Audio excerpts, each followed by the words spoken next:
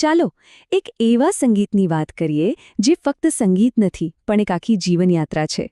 આજે આપણે સોલ નંબર 0 નામની એક અનોખી અને સાચું કહું તો થોડી રહસ્યમય સંગીત શ્રેણીની દુનિયામાં ઊંડા ઉતરીશું. તો આ બધું શરૂ ક્યાંથી થાય છે? એક બહુ જ રસપ્રદ આમંત્રણથી.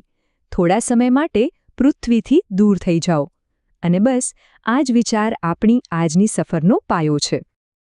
તો આ સંગીતમય આત્માની યાત્રા છે શું? જો આખી સિરીઝનો મૂળભૂત કોન્સેપ્ટ એક જ છે.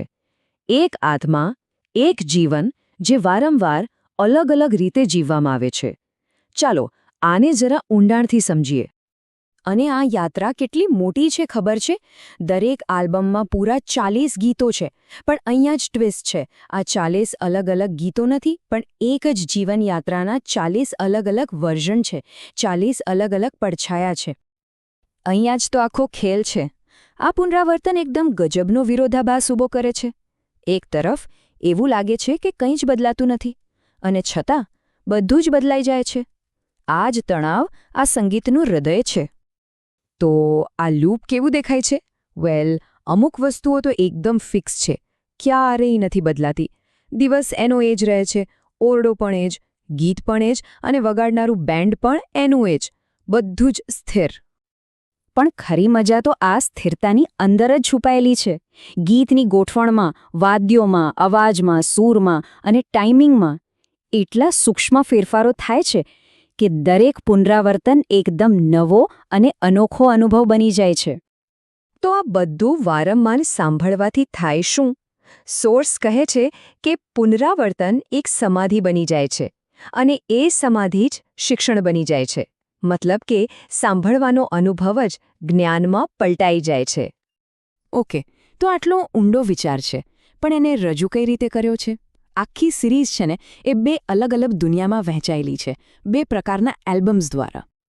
તો એક છે ભાષા આલ્બમ્સ, જે સંપૂર્ણપણે એક જ ભાષામાં હોય છે, દાખલા તરીકે અંગ્રેજી. અને બીજી બાજુ છે વર્લ્ડ આલ્બમ્સ, જેમાં એ જ યાત્રા 20 અલગ અલગ ભાષાઓમાં રજૂ થાય છે, અને દરેક ભાષા 2 વાર આવે છે. આપણે જોયું કે આ સંગીત શું છે, કેવી રીતે બનેલું છે, પણ સૌથી મોટો સવાલ તો એ જ છે કે આવું બધું શા માટે? આની પાછળનો હેતુ શું છે? એના માટે સોર્સમાં એક ખાસ શબ્દ વપરાયો છે, ઇન્ડક્શન પીસ.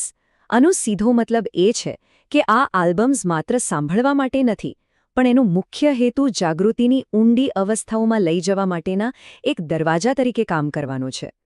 અને ખબર છે, આ અનુભવને હજી વધારે ઘેરો બનાવવા માટે એક ખાસ ડિવાઇસનો પણ ઉલ્લેખ છે. એનું નામ છે સુપર બીકન. કહેવાય છે કે એની સાથે આ સંગીતનો ઉપયોગ કરવાથી તે વધુ અસરકારક બને છે. તો પછી આ આંતરિક કાર્ય શરૂ કઈ રીતે કરવું? રીત બહુ જ સિમ્પલ છે. આલ્બમને રિપીટ મોડ પર મૂકો, આંખો બંધ કરો, સંગીતના પ્રવાહ સાથે શ્વાસ લો, અને બસ શક્તિશાળી આંતરિક કાર્યને શરૂ થવા દો. ઓકે, અત્યાર સુધી બધું સમજ્યા. પણ હવે જે વાત આવે છે ને, એ આ સોલ નંબર 0 સિરીઝનો સૌથી રહસ્યમય દાવો છે. એક એવો વિચાર જે સાંભળવાના અનુભવની વ્યાખ્યા જ બદલી નાખે છે.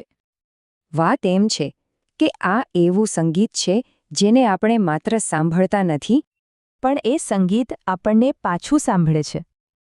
આ બધી વાત પછી એક જ સવાલ મનમાં રહી જાય છે, જે આ આખા અનુભવનો સાર છે. શું ખરેખર કોઈ ગીત એક દરવાજો હોઈ શકે છે?